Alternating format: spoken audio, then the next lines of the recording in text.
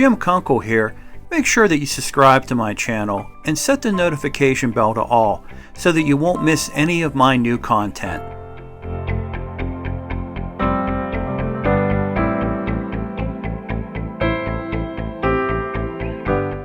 In this episode, we'll be focusing on fireproofing with cementitious and intumescent coatings. With me today is Ravi Nagarajan from Akzo Nobel. Ravi, welcome. Thank you, Jim. Good day, viewers.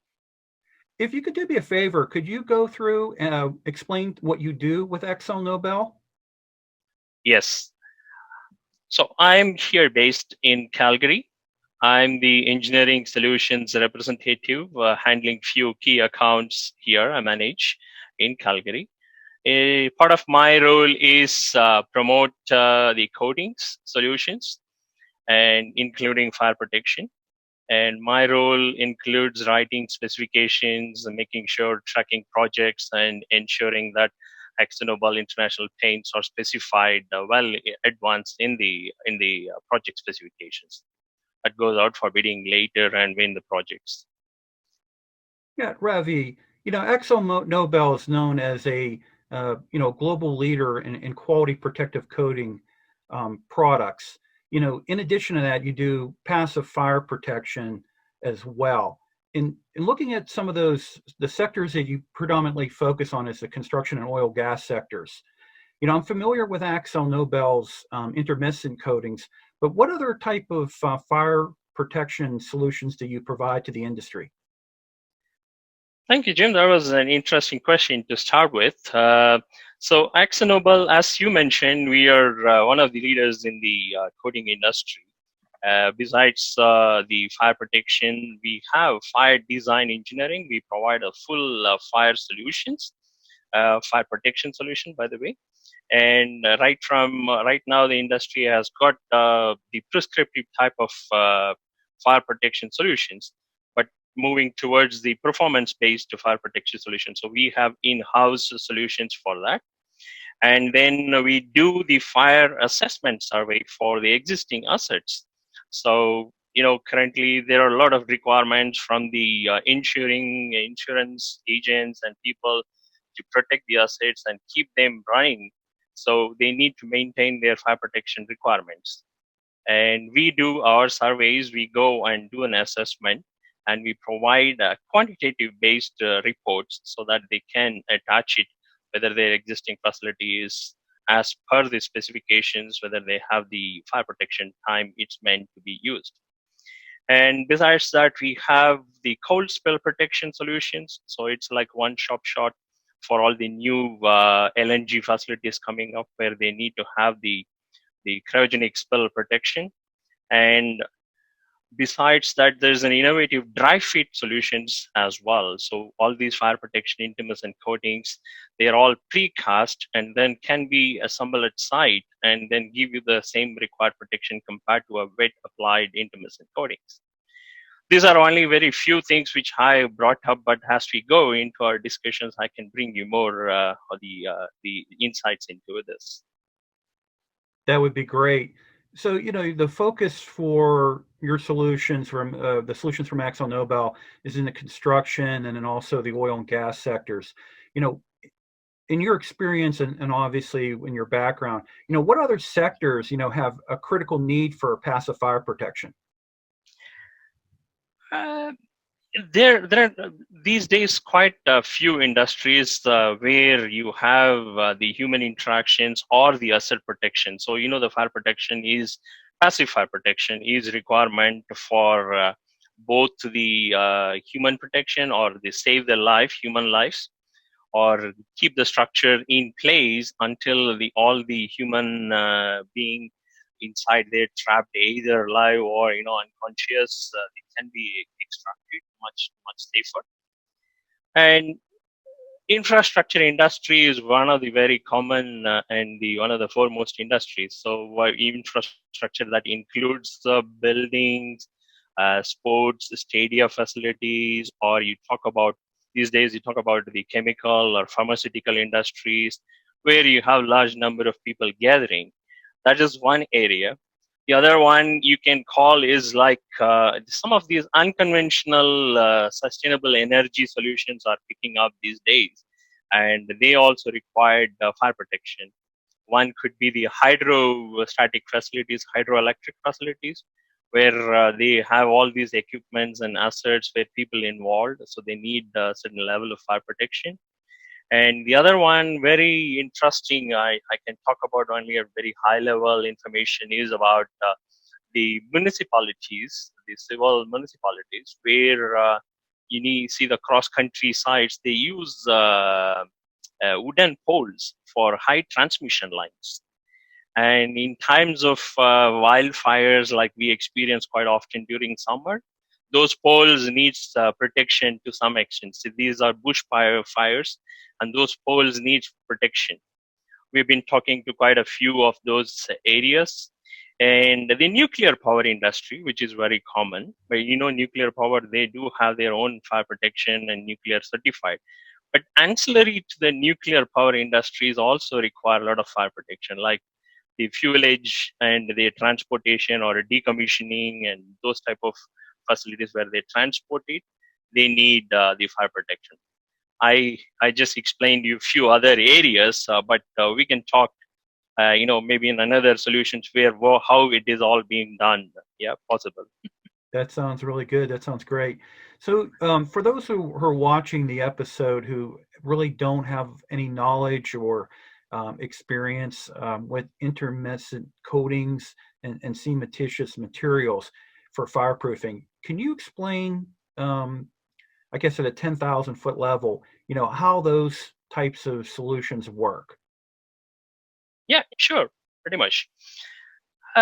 So since you said for this is for a very high level thing, so the word intumescent means to swell. When we say to swell, it's to expand. Um, so intumescent coatings, depending upon its type, whether it is epoxy or acrylic intumescent, they could swell anywhere from 10 times its original thickness to 50 times of its thickness in case of fire. And even for a layman standard, we can say that this is, though we come and categorize this under the passive fire protection, they are reactive to a certain extent. So when the fire comes and hits the surface, they tend to swell up. Okay, they burn and swell up. And in comparison to the cementitious, they don't react the way the intumescent does it, but they all what they do is they undergo some chemical changes and release the moisture to protect the steel from getting heat up. So in case of intumescent coatings, when I say swell up, is like it has got some blowing agents. We don't go deep into the chemistry here. What it does is when the heat comes and hits it, say around 250 Celsius. I speak being Canadian, I speak in Celsius.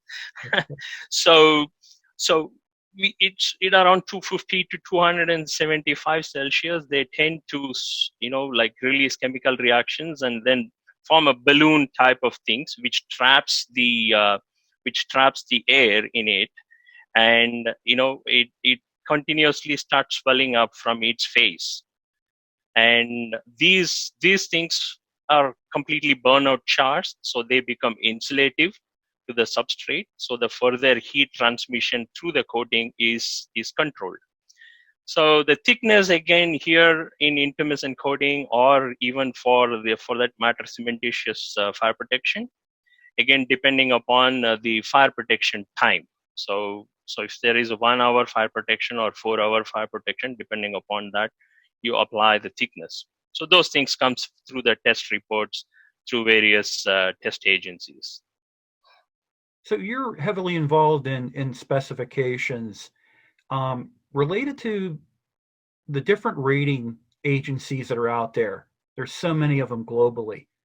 Are there any particular rating agencies that are more common or need to be recognized more in specifications related to fireproofing? That's a good question. Again, it's kind of a fix here. uh, The testing agencies have got their own requirements. Again, this all comes from the fire protection engineers on the specifiers whom we work on a large basis in my role. But globally, if you ask me, so each country have their own codes they have to follow. In Canada, for building civil building codes, we follow either ULC or the civil building codes here for Canada. ULC 101 we call this, or depending upon the agencies. So UL is one very common where UL testings are very common, and people always specify UL testing. If you go to the European side, they have got EN standards or BS standards. And nowadays, for most of the Asian countries, they were developing their own country standards for civil and infrastructure. When it comes to oil and gas facilities and chemicals, in offshore, especially say for example in U.S. Gulf Coast areas, they either follow the Lloyd's certificate or ABS, like the classification societies. They provide those certificates. For most of the onshore, as I mentioned earlier, people used to do it with the UL certificates, UL 1709, which is very common. And UL 1709 is again a prescriptive one steel thickness and one fire protection thickness. But the industry now is moving towards the what I call multiple thicknesses and multi-temperature analyses and stuff, where you have the opportunity to go with again certification agencies like Lloyd's and ABS, and all those people provide those certificates. In infrastructure industries, again, some third parties besides UL like Intertech, and people use different certifications. But again, it's again all coming back to the four basic questions: how hot is the fire, and how much time you need the fire protection, and what is the steel thickness, and what type of products you're on selections. Very interesting, very interesting. So let's move back to the aspect of the fire duration or the burn time. Earlier you said, it's very important, it's very critical, that obviously you can, depending on the structure, be able to have an adequate fire duration or burn time, to be able to save lives and enable rescue and things like that. Um, can you explain, what is fire duration, and why is it important to determine the coating or the material system that will be required? Yep. So the fire duration, again, it depends on that. Those things comes from the if it is a building or if it is an infrastructure in oil and gas or wherever it is, it comes from the fire design engineers. What they do is, whether based on their plant capacity, number of people inside, and number of escape routes available, based on that, it could vary from 30 minutes up to 4 hours in certain cases. In case of oil and gas, there are additional components, something like we call this jet fire. We call hydrocarbon pool fire, which is like up to 4 hours. Sometimes all these hydrocarbon fuels, when they are stored under pressure, they tend, in case of fire, sometimes this heat may fuse one of those valves or pipelines and stuff. Then you have a high pressure fuel coming out. So we call this jet fire scenario. So you need to provide a provision for all those jet fire. Once the pressure drops down, then it converts into a pool fire. So they give these things based on the equipment and the location and the number of equipments they are using and the hydrocarbon fuel, everything. This comes from the design engineers. We as the specifiers, based on those data, we provide which product is right for that particular application. And again, design of thicknesses, the steel sizes, and all those things become part of our solution providing for the fire protection. So the type of construction, again, the decision for whether you to go for an Intumescent coating, or whether you want to go in for a cementitious product, or you want to go for an acrylic, is it okay? So it depends, again, based on the variables that we spoke about a little ago. Besides that, again, the type of construction. These days, if you notice, when you may be driving through your Pittsburgh or New York City, another thing, a lot of high rises building, what they do is they prefabricate and then they bring it to a site. All the steel structures like the skeletons, they bring it, and then site they come and just assemble it, like bolt it or weld it together. Have you noticed this type of construction? Like the whole buildings are brought in a prefabricated. We call this exoskeleton construction. So when those type of construction happen, what it is you can't mobilize the entire application team to the site and then do the applications. And then when you're doing coding, as you know, coding is like similar to a paint application. So you need to isolate and like protect from rest of the crew working in that area. So what they do, they pre-apply this in a yard or a modularization yard. They apply the coatings and bring it only the field connections. They do it at the field level. So in those type of situations where you have challenges of using, like cementitious type of material, so they may choose to go in for intumescent type material. Intumescent, again, depending upon the industry, infrastructure, or oil and gas, it could be acrylic or it could be, epoxy. Again, acrylic with this level of softness, we do have acrylics as well, but with this level of softness and challenges in rigging action, people always choose to go for epoxies. So that's one part of the selection criteria. And then again, depending upon the project schedules, people wanted these days everything to be constructed. We talked about, because of the COVID situations right now we're going through, we talked about all the buildings and hospitals were built in war footing time of like short times. Those situations where you wanted to have a fire protection for steel, then obviously you need the challenges. So those areas where you can go in for even dry fit solutions, where prefabricated or precast epoxy intumescents can be cast together and built it at site. Right? Again, loads. Some high-rise buildings or some large modules do not like heavy weights. So the design engineers, structural engineers say that, okay, bring down the thickness, how much material you can bring down. So that is another kind of tough challenges going through the market. So every manufacturer, coating manufacturer, fireproofing manufacturers, trying to do different types, modify the product so that the thickness can be less. For an hour fire protection, you say you wanted to keep you for keeping in the schedule and give the fire protection and reduced weight, say the amount of thickness of material that can go on.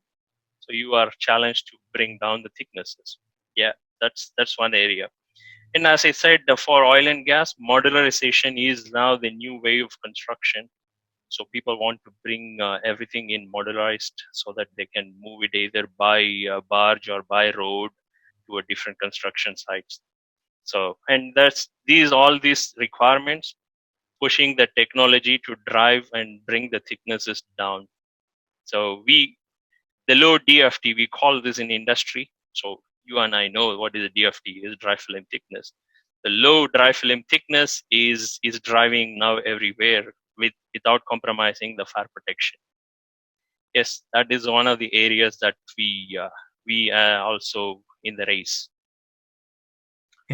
Interesting, very interesting. Ravi, we've covered so much information, and I agree with you. I think this probably needs to be a multiple episode covering this topic, because not to use the word hot. I mean, it is definitely a very important topic. SSPC just recently launched a fireproofing inspector course. It's been doing very well. We have a fireproofing applicator. And I think you do recognize, and from your experience that putting on a protective coating on a steel bridge versus doing intermescent coatings, it's not the same thing. True. And it does take a lot of specialization. In closing out this interview and this episode, is there anything that we didn't talk about that you wanted to give to everybody listening to this episode? Yeah, so like in the beginning of my episode presentation, we were talking about the fire design and fire engineering, and I told you about the prescriptive versus the performance based. So that would be another area where like the whole market is driving, and even I've been watching through some of these market findings. People are moving towards the performance based fire protection solutions. So that's the one area probably we can have another conversation on that performance based fire protection. How does it helps?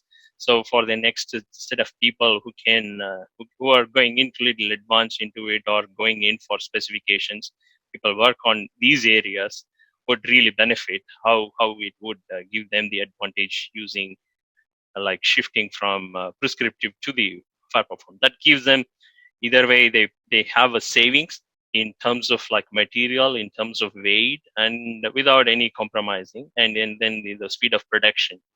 So that way, everybody has got a juice out of it. That could be another area which is going towards the market. Market is driving towards it. That would be an interesting topic to talk as well. That sounds great. So, for everyone watching this episode, I will have Ravi's email address for additional questions. Also, too, I will link to the Fire Protection Solutions website page with Akzo Nobel, so that people that you can go take a look at the solutions that they do have. Ravi, thank you very much for the opportunity to talk with you today. Really appreciate it. Thank you, Jim. It was nice talking to you as well. Have a great day.